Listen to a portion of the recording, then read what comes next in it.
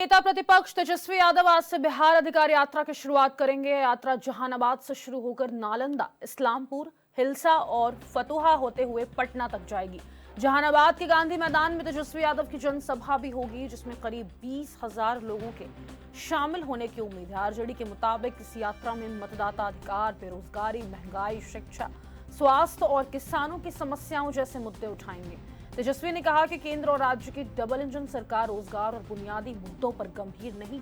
5 दिनों तक चलने वाली यात्रा 10 जिलों से होकर गुजरेगी और 20 सितंबर को वैशाली में इसका समापन होगा। यात्रा के दौरान राहुल गांधी या कांग्रेस का कोई बड़ा नेता शामिल नहीं होगा। गांधी मैदान में पंडाल, बैठने और पानी की व्यवस्थाएं पूरी कर ली गई और आरजेडी कार्यकर्ता पूरे जोर शोर से तैयार।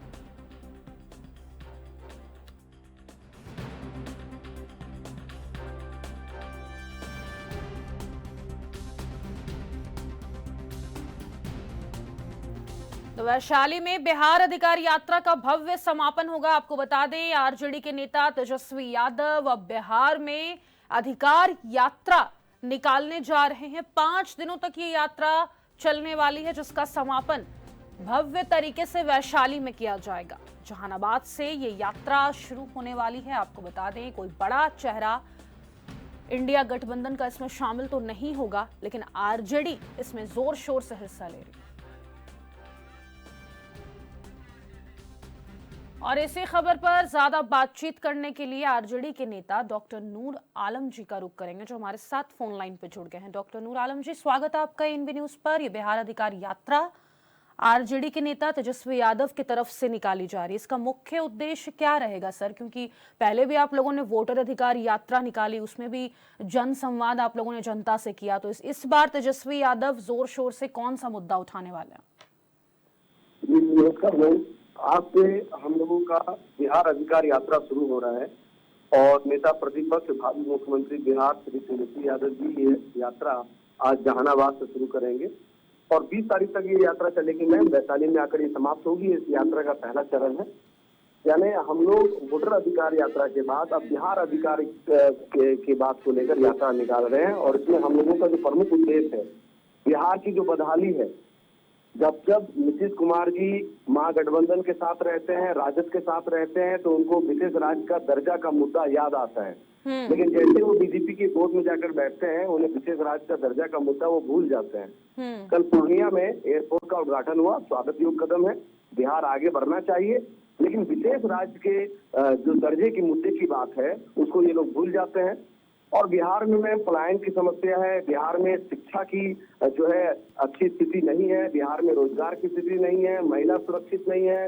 युवाओं पर कल देखिए पटना की सड़कों में दरोगा भर्ती एग्जाम के लिए वो लोग अपनी मांगों को शांतिपूर्ण ढंग से रख रहे थे, पुलिस ने उनको लाठीचार्ज करने का प्रयास किया।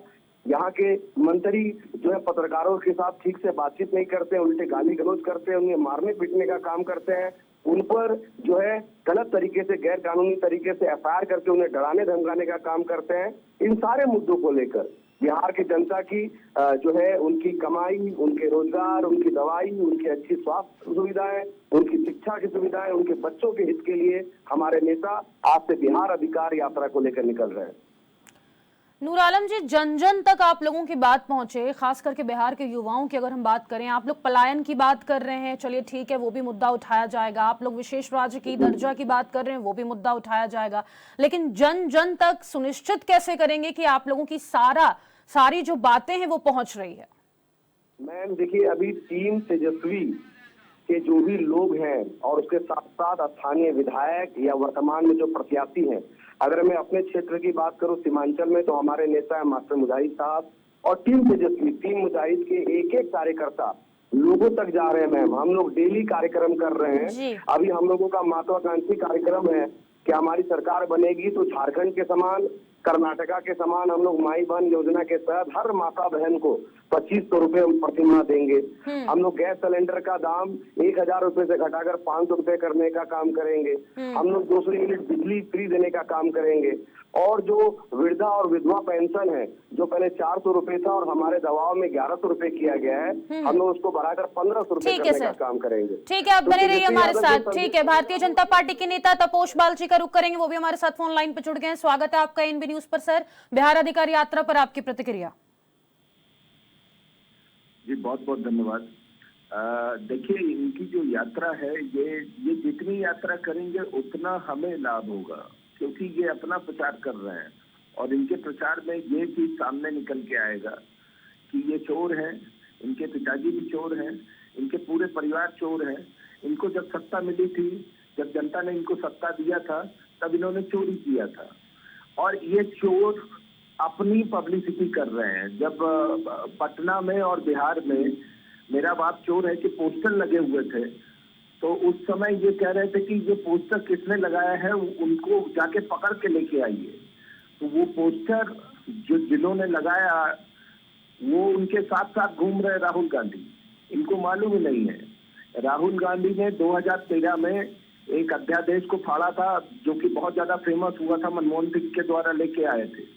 वो अध्यादेश में ये था कि जब ये चोर साबित हुए थे कोर्ट से, इनके पिताजी उस समय मनमोहन सिंह गवर्नमेंट में कैबिनेट मिनिस्टर हुआ करते थे, उनके लिए अध्यादेश लेके आए थे कि ये मंत्री बने रहेंगे जब तक कि हाई कोर्ट और सुप्रीम कोर्ट में अपील करेंगे और उसके बाद बेकसूर साबित होंगे, तब तक वो मंत्री बने रहेंगे।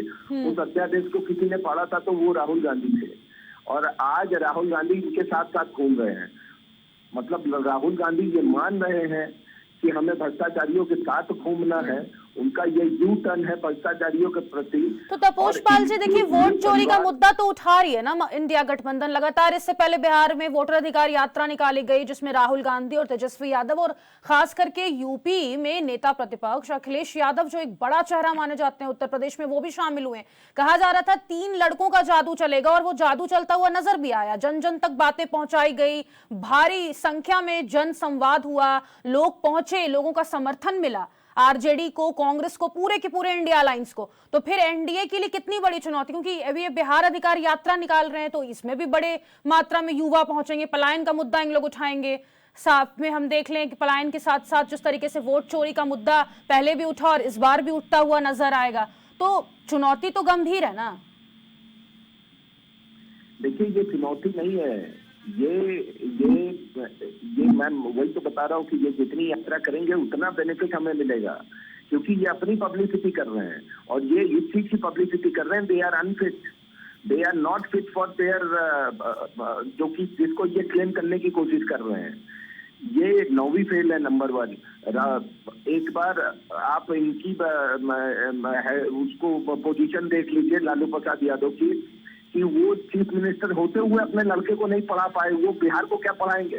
ठीक है सर, बहुत शुक्रिया आप दोनों का जुड़ने के लिए और तमाम बातचीत करने के लिए। तो आज से बिहार में तेजस्वी यादव अधिकार यात्रा निकालने वाले हैं।